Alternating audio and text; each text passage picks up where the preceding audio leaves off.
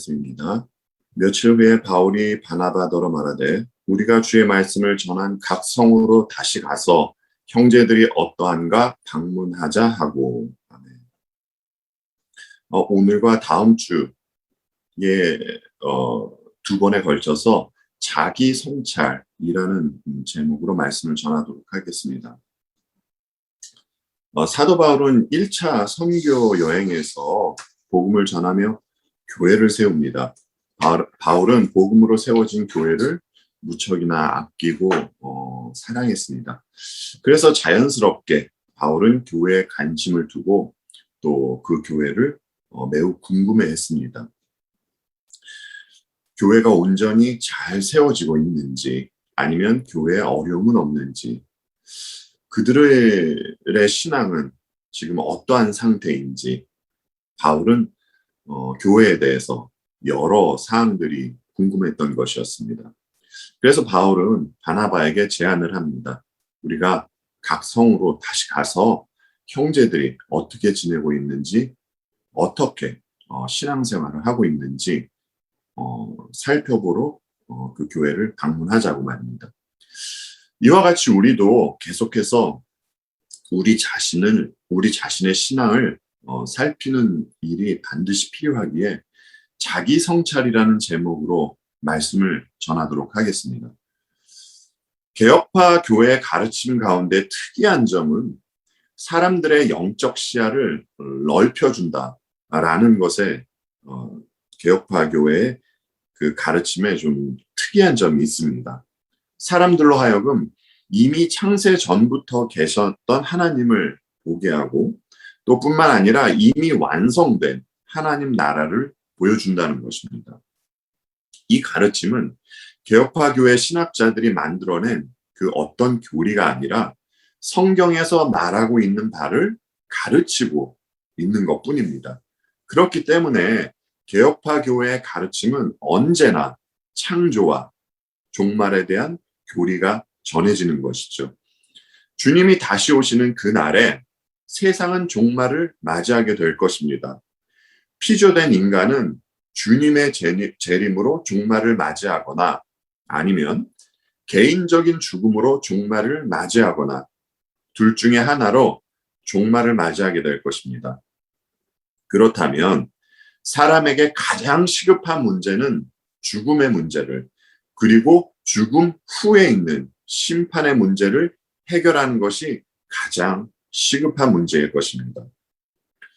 이 시대는 수없이 많은 교회가 있습니다. 이 중에는 주님의 뜻에 따라 온전히 세워져가는 그러한 교회도 있고, 또 인간 중심으로 하나님의 뜻과는 전혀 상관없이 그릇된 길로 가는 교회도 있을 것입니다. 그런데 우리가 보기에는 인간 중심으로 가는 교회가 더 많은 듯합니다. 교회가 인간 중심으로 간다는 것은 마케팅이나 엔터테인먼트나 특히 심리학에 따라서 교회가 움직인다는 것입니다. 심리학은 여러분들께서 알고 있다시피 사람에게 당신은 피해자라고 말할 뿐이지 당신은 죄인입니다 라고는 말하지 않습니다. 따라서 예수 그리스도의 보혈을 희석시키는 역할을 심리학이 하고 있는 것입니다. 오늘날 교회에 자리 잡고 있는 이 심리학, 굉장히 무서운 것입니다. 여하튼 하나님 대신에 사람이 좋아하는 것들이 교회에서 자리 잡고 있는 그러한 시대입니다. 우리는 이 위험한 영적 위기의 시대에 살고 있다는 것을 항상 염두에 두고 살아야 할 것입니다. 이 시대는 교회도 많고 또 종교적 활동도 활발히 이루어지고 있는 그러한 시대입니다. 그런데 사람들의 마음에는 정작 그리스도는 없이 그리스도 외에 다른 것으로 가득 차 있는 듯합니다. 그리고 그러한 마음가짐으로 예배당에 앉아 있는 분들이 오늘을 살아가는 교인들의 모습이 아닌가라는 생각이 듭니다. 19세기 인물인 라일 주교는 이런 말을 합니다. 확실히 이와 같은 시대에는 자기 자신에 대해 검토해 보아야 할 필요가 있다라고 말입니다. 그렇다면 이 세기가 지난 오늘을 살아가는 저와 여러분은 얼마나 더 많은 검토가 필요하겠습니까? 그렇지 않습니까? 그래서 우리는 우리 자신을 돌아보고 개개인의 영적 상태를 점검하는 일이 필요하다고 생각을 합니다. 왜냐하면 영원히 달린 문제이기 때문입니다. 그래서 이번 주와 다음 주에 자기 성찰에 관한 내용들을 순서대로 제시하고 그 순서대로 제시한 내용들을 살펴보면서 우리 자신을 좀 돌아보는 시간을 갖고자 합니다. 여러분은 여러분 자신의 영혼에 대해서 어떻게 행하고 있는지 질문을 드려보고 싶습니다. 어, 오늘은 5가지 항목에 대해서 말씀을 드리겠습니다. 첫 번째 항목으로는 먼저 여러분 자신의 영혼에 대해 생각해 본 일이 있는지 질문을 드려보고 싶습니다. 여러분은 여러분의 죽음을 묵상해 보신 적이 있으십니까? 그리고 온 마음을 다해서 하나님의 심판을 묵상해 본 적이 있는지 묻고 싶습니다. 만약 이에 관해서 묵상해 보신 적이 있다면 그 시기는 언제였습니까? 여러분, 이 묵상을 자주 하는 것이 여러분의 영혼을 건강하게 할 것입니다. 그럼에도 우리 중에 이 죽음과 심판을 묵상하지 않는 분이 있는지 모르겠습니다. 성경은 이분들에 대해서 이렇게 말씀을 하십니다. 여러분들께서 마태복음을 보셔서 아실 것입니다. 주님은 마태복음 13장에서 4가지 땅에 떨어진 씨를 비유로 말씀해 주셨습니다. 그 중에 가시떨기에 뿌려진 씨가 있는데 이에 대한 주님의 해석은 이렇습니다. 가시떨기에 뿌려졌다는 것은 말씀을 들으나 세상의 염려와 재물의 유혹에 말씀이 막혀 결실하지 못하는 자요라고 말입니다. 혹시 여러분은 이 죽음은 마치 자신과는 상관없다는 듯이 세상의 염려와 재물의 유혹만을 생각하면 그렇게 살고 있지는 않습니까? 아직도 자신의 기쁨을 위해서 무엇을 먹을까, 무엇을 마실까, 무엇을 입을까라는 생각만 하고 계시지는 않는지 질문을 드려보고 싶습니다. 하나님은 우리들에게 메시지를 주시기 위해서 어떤 크고 작은 사건, 사고를 보게 하십니다. 여러분, 우리가 그 사건들을 보면서 어떤 마음을 가져야 하겠습니까? 그 사건을 한번 보고 그저 한번 놀라는 그러한 일로 여기고 다시 꿋꿋이 세상 것을 목적으로 그렇게 살아야 할까요? 하나님은 사건, 사고를 우리들에게 보여주시는 이유가 있습니다. 하나님은 우리가 세상으로부터 나오길 원하시기 때문에 그러한 일들을 보여주시는 것입니다. 우리의 마음이 주님과 하나님 나라로 향하길 원하신다는 말입니다. 만약 우리가 하나님의 자녀이면 우리의 존재 목적이 세상이면 안 된다라는 것입니다. 세상 사람의 목적은 돈과 인기와 명예입니다. 그러나 더 이상 이런 것이 우리가 추구하는 삶의 목적이 되어서는 안 된다라는 것입니다. 여러분, 저도 압니다.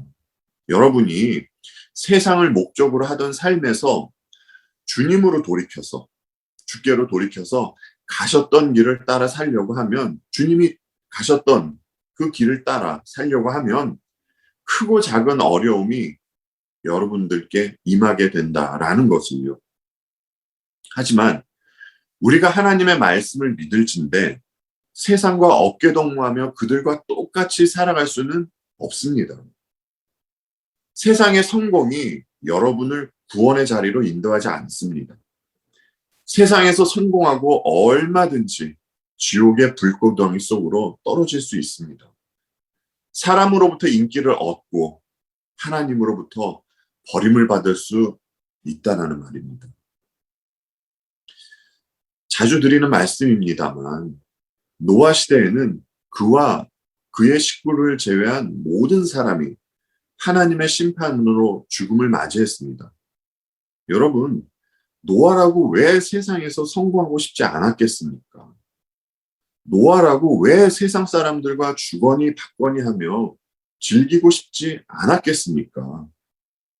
그러나 노아도 세상과 똑같이 그들과 같은 길을 갔다면 세상이 물로 심판을 당할 때 그도 세상과 함께 심판받았을 것입니다. 하나님은 출애굽한 이스라엘을 광야로 인도하셨듯이 오늘날도 당신의 백성인 교회를 광야로 인도하십니다. 하나님은 당신의 백성이기 때문에 애굽이라는 세상에서 건지어 광야로 인도해서 그들에게 고난을 허락하시는 것입니다. 하나님은 택한 백성이 아닌 이들은 애굽에서 그저 흥청망청하며 살게 내버려 두십니다. 여러분, 우리는 반드시 이 땅에서 종말을 맞이합니다. 여러분은 광야를 걷는 듯한 삶을 산다 할지라도 주님을 따르며 저 천국을 바라보며 살고자 하는 마음이 있는지 여러분들께 질문을 드려보고 싶습니다. 아니면 여러분은 사실은 여러분의 마음에 온통 세상적인 것으로 가득 차 있는지 이에 대해서도 질문을 드려보고 싶습니다. 여러분, 확실한 것은 광야를 지나야만 가나안이 있다라는 것입니다. 광야는 과정입니다. 여러분, 우리 모두 한 사람도 빠짐없이 가나안에 입성해야 하지 않겠습니까? 여러분들께 다시 질문 드리겠습니다. 여러분은 자신의 영혼에 대해 생각해 본 일이 있는지는 묻고 싶습니다. 그리고 자신의 영혼을 위해서 어떻게 행하고 있습니까? 라는 질문을 여러분들께 다시 드려보고자 합니다. 두 번째 항목을 보겠습니다. 여러분 자신의 영혼에 대해 무엇인가 행한 적이 있는지 물어야 하겠습니다. 여러분은 자신의 영혼을 살피고 또 영혼을 위해서 무엇인가를 행한 적이 있습니까? 과거를 돌아보면 종교개혁 후에 개신교 근본주의에 대한 반동으로 경건주의가 나왔습니다. 둘 다 바람직하지 못한 것이었습니다. 왜냐하면 한쪽은 행위는 없이 교리만 붙잡는 모습을 보였고 다른 한쪽은 다른 교리 없이 삶을 강조하는 모습을 보였기 때문입니다. 다른 교리와 삶은 뛸래야 뛸 수가 없는 것입니다. 이 둘은 항상 같이 해야 함에도 그렇지 못했기 때문에 과거에 나타난 운동이었습니다. 우리가 아는 것이 있으면 그 아는 만큼 삶으로 살아내야 하는 것이 마땅할 것입니다. 그런데 많은 사람이 아는 것으로만 그칠 때가 있습니다. 아는 것으로만 그치는 것은 신앙적으로 우리에게 아무런 유익을 주지 못합니다. 여러분, 마귀와 여러분 가운데 누가 더 성경 지식이 뛰어나다고 생각을 하십니까? 당연히 마귀가 여러분보다 훨씬 더 성경 지식이 뛰어납니다. 마귀는 하나님의 말씀으로 우리 주님 예수 그리스도를 넘어뜨리려 했던 그러한 존재입니다. 마귀는 하나님의 말씀을 왜곡해서 주님과 그리고 주님의 백성을 넘어뜨리는 도구로 그 말씀을 사용하고 있을 뿐이지 마귀가 말씀에 따라서 살려고 하지는 않습니다. 우리가 말씀을 알고 말씀에 대한 체험이 있음에도 불구하고 행위, 그러니까 다른 말로 해서 순종이 따르지 않는다면 지금 말했던 마귀가 성경을 아는 것과 전혀 다름이 없다는 것입니다.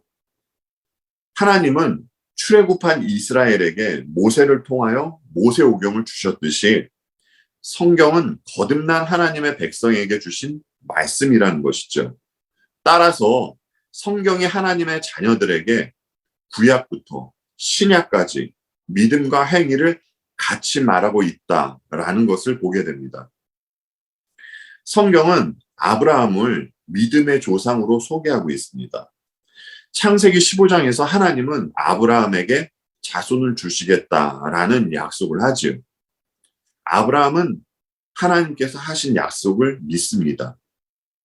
그리고 창세기 15장 6절에서 이런 말씀이 나옵니다. 아브라함이 여호와를 믿으니 여호와께서 이를 그의 의로 여기시고 여호와를 믿으니 여호와께서 아브라함을 그의 의로 여기셨다라는 것입니다. 이때가 아브라함의 나이가 80세가 넘었을 때입니다. 그리고 훗날 아브라함의 나이가 대략 110세 정도 되었을 때 이삭을 번제물로 드리려 했던 사건이 있게 되는 것입니다. 아브라함은 자신이 가장 사랑하는 아들을 하나님께 드리며 말씀에 순종하는 모습을 보였던 것입니다. 그리고 창세기 22장 12절에서 하나님은 그런 아브라함에게 이런 말씀을 하십니다. 사자가 이르시되 그 아이에게 내 손을 대지 말라. 그에게 아무 일도 하지 말라. 내가 내 아들, 내 독자까지도 내게 아끼지 아니하였으니 내가 이제야 내가 하나님을 경외하는 줄을 아노라 라고 말입니다. 창세기 15장의 아브라함의 믿음이 창세기 22장에서 그의 행위로 완성되는 것입니다. 이것이 믿음의 순종이고 온전한 믿음이다라는 것이죠. 그러나 아브라함은 혼자의 힘으로 자기 열심과 노력으로 그 자리에 간 것이 아닙니다. 하나님이 아브라함 그를 그 자리로 오게끔 그를 인도하신 것입니다. 여러분, 성경이 말하는 행위는 세상이 말하는 도덕 윤리가 아닙니다. 하나님의 약속을 믿고 말씀에 순종함으로 나오는 행위를 말하는 것입니다. 감히 말하건대 귀 있는 분들은 들어주시기 바랍니다. 갈라디아서 3장에는 믿음으로 말미암은 자들은 아브라함의 자손이라는 말씀이 있습니다. 아까도 말씀드렸듯이 가시적 교회 안에는 교리만 말하는 사람들이 있습니다. 그리고 다른 한쪽에서는 행위만 강조하는 사람이 있습니다. 이것은 마귀의 믿음입니다. 교리 싸움은 거듭나지 못한 이들도 얼마든지 할 수 있는 것입니다. 그리고 바른 교리 없이 나오는 행위는 이 세상에 있는 모든 종교인들도 할 수 있는 것입니다. 그러나 아브라함의 자손은 믿음의 고백과 더불어서 순종의 모습이 나와야 한다고 성경은 분명히 말하고 있는 것입니다.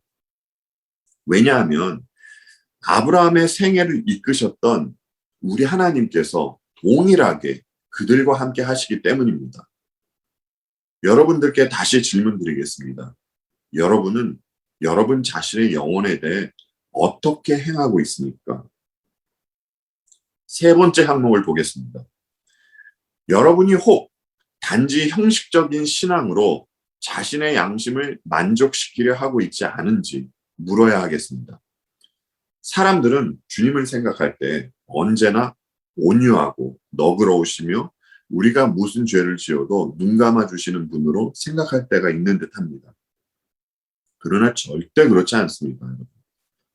주님은 죄를 보고 그냥 눈 감아 주시는 분이 아닙니다. 만약 주께서 죄를 보고 그냥 넘어가시는 분이었다면 바리새인과 그토록 심한 언쟁을 하지 않으셨을 것입니다. 우리가 알고 있듯이 주님은 바리새인의 죄를 굉장히 미워하셨습니다. 특히 주님이 싫어하시는 그들의 죄는 외식하는 죄였습니다. 위선을 말하는 것입니다.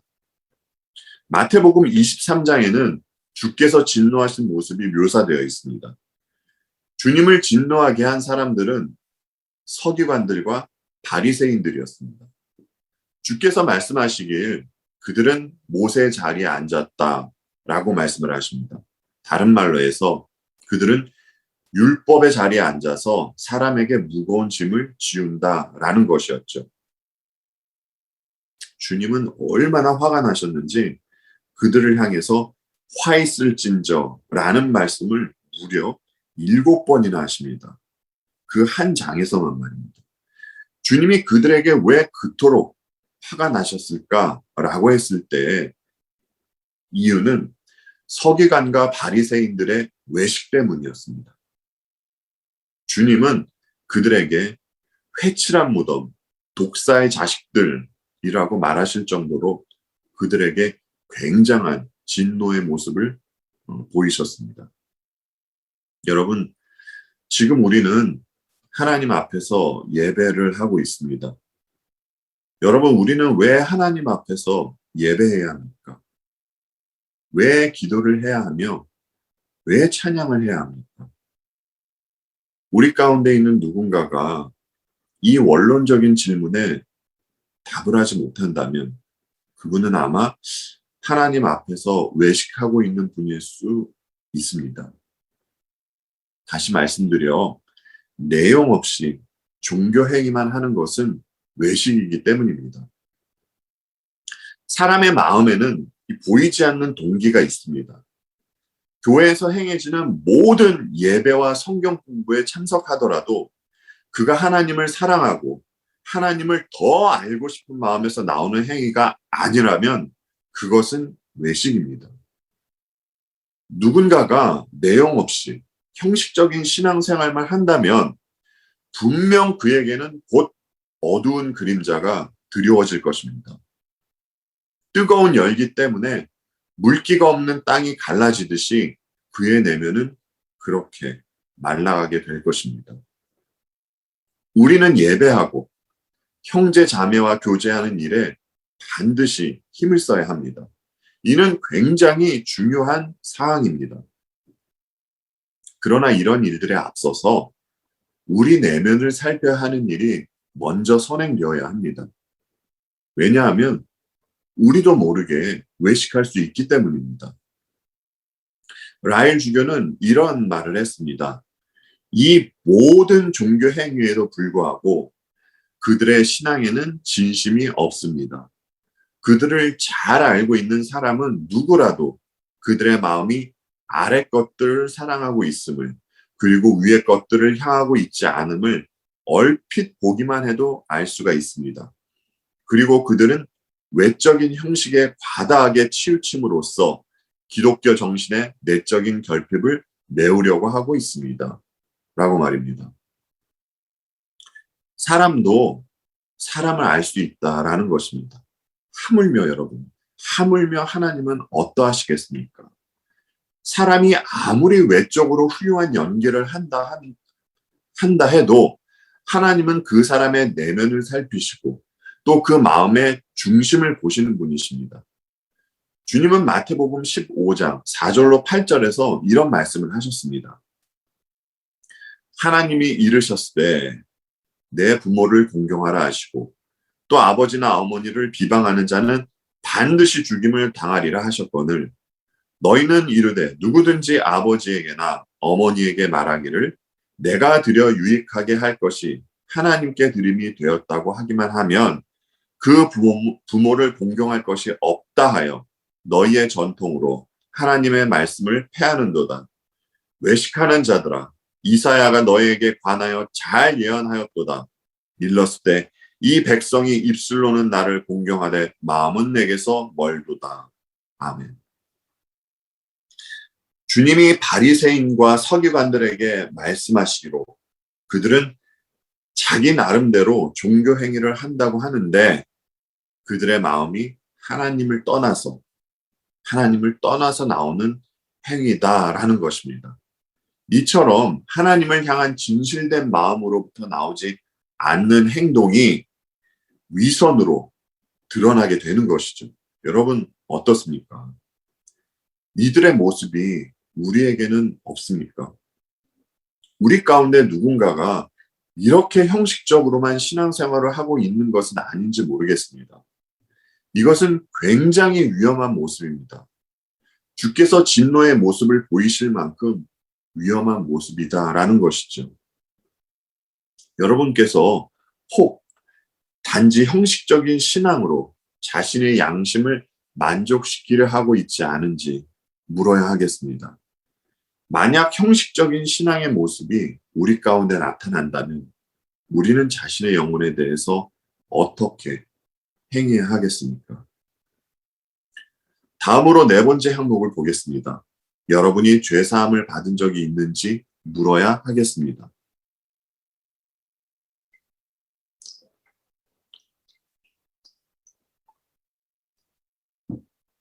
우리 중에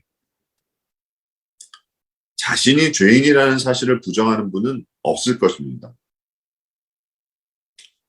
혹 그래도 내가 저 사람보다는 괜찮은 사람이야, 이렇게 생각할 수 있을지는 모르지만 자신이 죄인이라는 사실을 부정하는 분은 아마 한 분도 안 계실 것입니다. 그럼에도 우리의 머릿속에 무슨 생각이 들어왔다, 또 무슨 생각이 나갔다 하는지를 생각해 보시기 바랍니다. 그리고 믿음하고는 상관없이 내 자신이 주체가 되어서 행했던 일들도 얼마나 많은지 한번 생각해 보시기 바랍니다. 로마서 14장은 믿음 없이 행한 모든 것은 죄라고 분명히 말하고 있습니다. 우리가 이 모습으로 하나님의 심판대 앞에 선다고 한번 생각해 보십시오, 여러분. 정말 생각만으로도 끔찍합니다. 그런데 지금 우리가 이렇게 하나님 앞에서 예배할 수 있는 것은 주께서 우리 모두의 우리의 죄 문제를 해결해 주셨기 때문입니다. 심판받아 마땅한 죄인들이 어떻게 거룩하신 하나님 앞에 있을 수 있게 되었습니까, 여러분? 이것은 하나님께서 창세 전부터 계획하신 주님 예수 그리스도의 십자가 때문입니다. 주님의 피 공로가 있기 때문입니다. 그리고 하나님의 계획에 따라 주께서 성도들의 죄를 속량하셨기 때문입니다. 이 사실이 우리 기독교 신앙의 극치일 것이며 이것이 하나님만이 성도에게 주실 수 있는 가장 특권일 것입니다. 오늘도 여러분들께 이 말씀을 드려 죄송합니다만, 여러분, 사람이 교회에 출석한다는 이유로만, 그 이유로 누구나 이 특권을 누릴 수는 없습니다. 주님이 하신 일을 믿음으로 받는 사람만이 이 기독교 신앙의 특권을 누릴 수 있다라는 것입니다. 아무리 신앙 공동체 안에 있다 하더라도 죄의 문제를 해결받지 못하고 믿음으로 행하지 않으면 사울과 같은 생을 마감하게 될 것이며 입으로 주여 주여를 외치며 예배에 참석할지 모르지만 여호와 앞에서 다른 불을 들이다가 죽음을 맞이했던 나답과 아비후와 같은 생을 마감하게 될 것이다 라는 것입니다. 이들은 모두 살아생전에 하나님을 믿는다고 고백했던 인물들입니다. 사도행전에 나왔던 아나니아와 삽비라는 어떻습니까? 그들 또한 신앙 공동체에 있던 부부입니다. 그들은 자기 소유를 팔아서 얼마는 놔두고 나머지를 사도들에게 가져다 주었던 부부였습니다. 외적으로는 신앙이 있는 사람들로 보였습니다. 그러나 이들은 자신들이 내뱉은 거짓말과 함께 생을 마감하게 됩니다. 이들에게는 종교 행위는 있었지만 성화의 삶은 없었습니다. 왜 그런 줄 아십니까? 성화의 삶을 살려면 하나님으로부터 의롭다 칭함을 받아야 하는데, 다른 말로 하면 죄사함을 받은 경험이 있어야 하는데 그들에게는 이 경험이 없었던 것입니다. 따라서 외적인 종교 행위만 나타냈던 것입니다. 이 사실은 오늘날도 마찬가지입니다, 여러분. 여러분, 사람에게 죄사함의 경험이 있으려면 무엇이 선행되어야 하겠습니까? 당연히 하나님 앞에서 자신이 죄인이라는 처절한 각성이 있어야 할 것입니다. 이 각성에는 남녀노소 구분이 없습니다. 반드시 이 각성이 있어야만 합니다. 하나님은 사람의 죄를 드러내어 보여주시고 또 하나님은 그에 대한 해결책도 제시해 주십니다. 여러분, 그 해결책이 무엇입니까? 주님의 십자가입니다. 그런데 사람은 자신의 죄가 드러나면 핑계대고 죄인이 아닌 척을 합니다. 이것이 범죄한 인간의 가장 큰 문제라고 생각을 합니다. 여러분 중에는 조나단 에드워즈 목사님의 저서를 통해서 4살 된 아이에 관한 이야기를 알고 있는 분이 있을 줄로 압니다. 이 아이는 11살 된 오빠로부터 회심 이야기를 듣습니다. 오빠도 나이가 굉장히 어립니다. 오빠도 나이가 11살입니다. 4살 된 어린 소녀는 오빠의 말을 듣고 그 말에 감동을 해서 하루에도 여러 차례 자신의 방으로 들어가는 모습을 보입니다. 왜냐하면 그 어린아이가 자신의 방에 여러 차례 들어갔던 이유는 개인 기도를 위해서 자신의 방으로 들어간 것이었습니다. 그런데 어느 날 그 어린아이가 방에 있을 때 아이의 엄마는 그 방에서 어떤 소리가 나는 것을 듣게 됩니다. 그 소리는 다름 아닌 그 아이가 하는 기도 소리였습니다. 그런데 그 기도 소리의 내용은 이런 것이었습니다. 기도해요, 복되신 주님. 저를 구원해 주세요. 기도해요. 꼭 들어주세요. 그리고 저의 모든 죄를 용서해 주세요. 이 기도를 4살 된 어린 소녀가 한 것입니다. 여러분, 주님이 하셨던 말씀이 생각나지 않으십니까? 진실로 너에게 이르노니 너희가 돌이켜 어린 아이들과 같이 되지 아니하면 결단코 천국에 들어가지 못하리라 라는 말씀입니다. 여러분은 자신의 죄에 대해서 심각하게 고민해 본 적이 있으십니까? 고민해 본 적이 있으시다면 그 고민으로 끝이 났습니까? 아니면 그리스도의 십자가로 인도되어 여러분의 죄가 해결받은 경험을 하셨습니까? 다른 말로 해서 그 누구의 죄가 아닌 내 죄 때문에 주님이 십자가를 지셨다는 것을 믿느냐라는 말입니다. 이 믿음이 있는 사람만이 독생자 그리스도에게 나의 주님이라는 고백을 할 수 있게 되는 것입니다. 여러분께 다시 질문을 드립니다. 여러분은 주님으로부터 죄사함을 받은 경험이 있으십니까? 5째 항목을 보겠습니다. 여러분이 하나님께로 회심하는 체험을 통해 무엇인가를 깨달은 적이 있는지 물어야 하겠습니다. 라일 주교가 저서한 책 중에 부모의 의무라는 작은 소책자가 있습니다. 이곳에서 라일 주교가 자주 하는 말이 있습니다. 그 말은 무엇이냐면 자녀가 원하는 대로 내버려 두지 마십시오 라는 말입니다.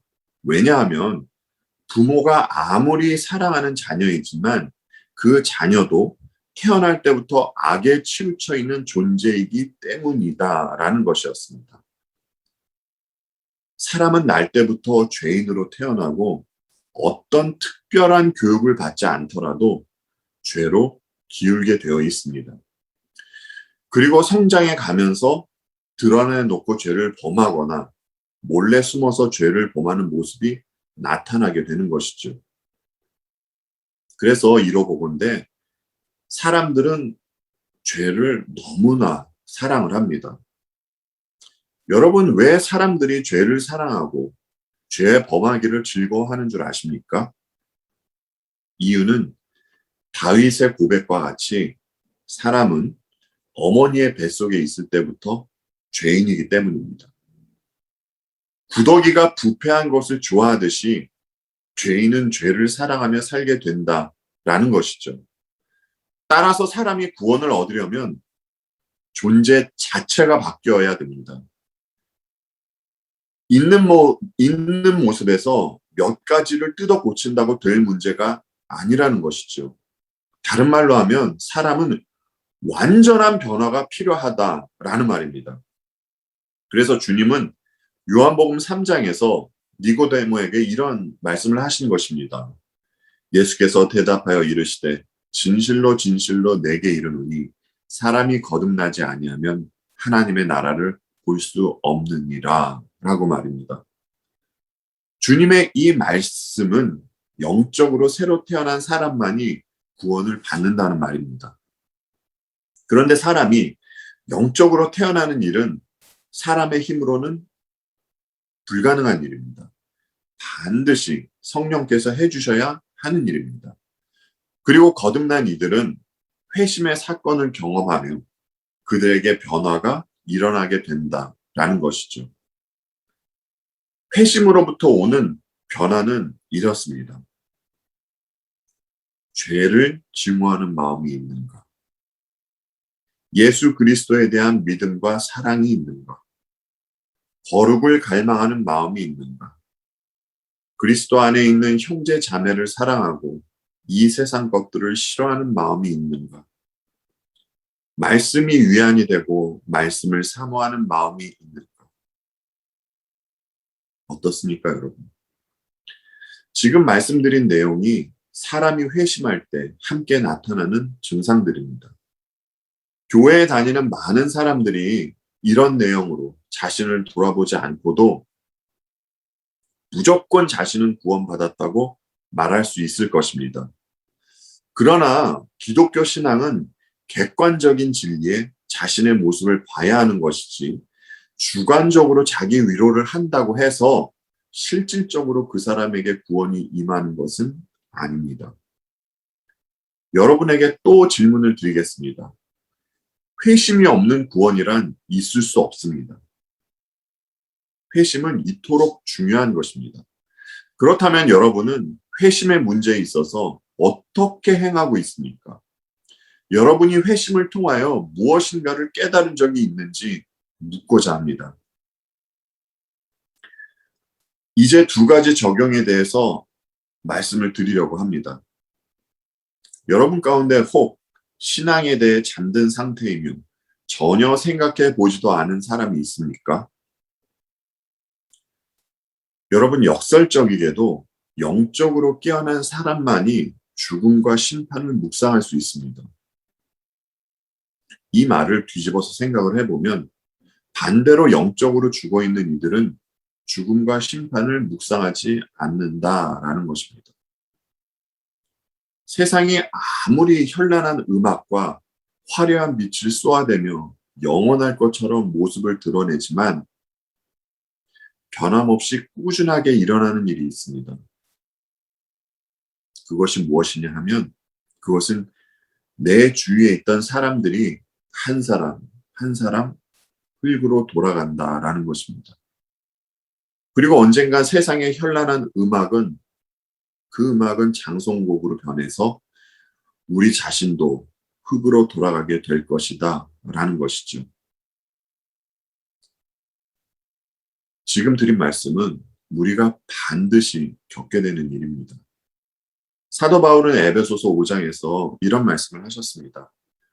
그러므로 이르시기를 잠자는 자여 깨어서 죽은 자들 가운데서 일어나라.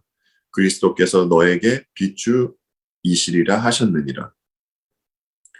그리스도인은 주님 안에서 새로 태어난 존재입니다. 이들은 이 땅의 시민이 아니라 하나님 나라의 시민입니다.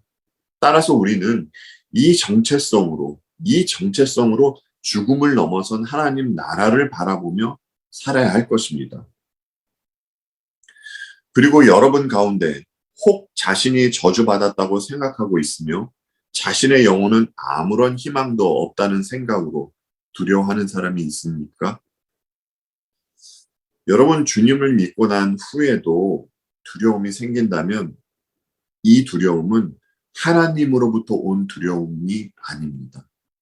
이 두려움은 하나님으로부터 온 두려움이 아니라 마귀가 주는 두려움일 것입니다. 이 두려움에 여러분을 맡기지 말고 이 두려움을 거부하십시오. 주님이 요한복음 6장에서 말씀하시길 아버지께서 내게 주시는 자는 다 내게로 올 것이요 내게 오는 자는 내가 결코 내쫓지 아니하리라 라고 말씀을 하셨습니다. 저와 여러분이 진심으로 주님을 믿는다면 우리를 주님께 보내주신 분은 하늘 아버지이십니다. 맞습니다, 여러분. 우리는 저주받은 사람들이었습니다. 그리고 사탄의 권세 아래 있던 그러한 자들이었습니다. 그러나 우리의 저주를 주님이 십자가에서 다 받아내셨기 때문에 그래서 이제 우리는 주님의 십자가로 말미암아 저주를 받는 것이 아니라 하나님으로부터 축복을 받게 되었고 또 한량없는 사랑을 하나님으로부터 받게 된 그러한 존재가 된 사람들입니다. 하나님의 사랑은 인간의 사랑과 다릅니다. 하나님의 사랑은 온전한 사랑입니다. 요한일서 4장 18절에는 이런 말씀이 기록되어 있습니다. 사랑 안에 두려움이 없고 온전한 사랑이 두려움을 내쫓나니 두려움에는 형벌이 있음이라. 두려워하는 자는 사랑 안에서 온전히 이루지 못하였느니라. 사랑 안에는 두려움이 없다고 사도 요한은 분명히 말씀을 하고 있습니다. 우리의 저주는 주님의 십자가로 해결되었다고 말씀드렸습니다. 그렇다면 두려움은 어떻게 우리가 해결해야 하겠습니까? 우리를 향한 하나님의 사랑을 알면 두려움의 문제는 해결될 것입니다. 하나님 사랑의 정점을 보여주는 곳이 어디입니까, 여러분? 이 또한 주님의 십자가입니다. 따라서 우리가 주님의 십자가를 묵상할 때 저주가 아닌 축복이, 두려움이 아닌 참 기쁨이 우리 마음에 임할 것입니다. 하나님 나라와 십자가를 묵상하고 우리에게 주어지는 유익이 무엇인지 생각해 봅시다, 여러분. 그러면 2000년 전의 십자가 사건과 장차 온전히 이루어질 한 나라로 인하여 우리는 오늘을 씩씩하게 주님 안에서 그리스도인으로 살게 될 것입니다. 오늘은 자기 성찰에 관한 5가지 항목들을 살펴보았습니다. 여러분이 들으시며 조금은 거북한 내용도 있었으리라 생각이 듭니다. 그러나 여러분에게 전한 말씀을 저 또한 듣고 또 제 마음에도 찔림이 있습니다. 오늘 말씀으로 자신을 성찰하시는 저와 여러분이 되기를 바랍니다. 그리고 우리 모두 영적으로 우리 주님 예수 그리스도의 십자가에서 만나기를 바라며 말씀을 마치도록 하겠습니다.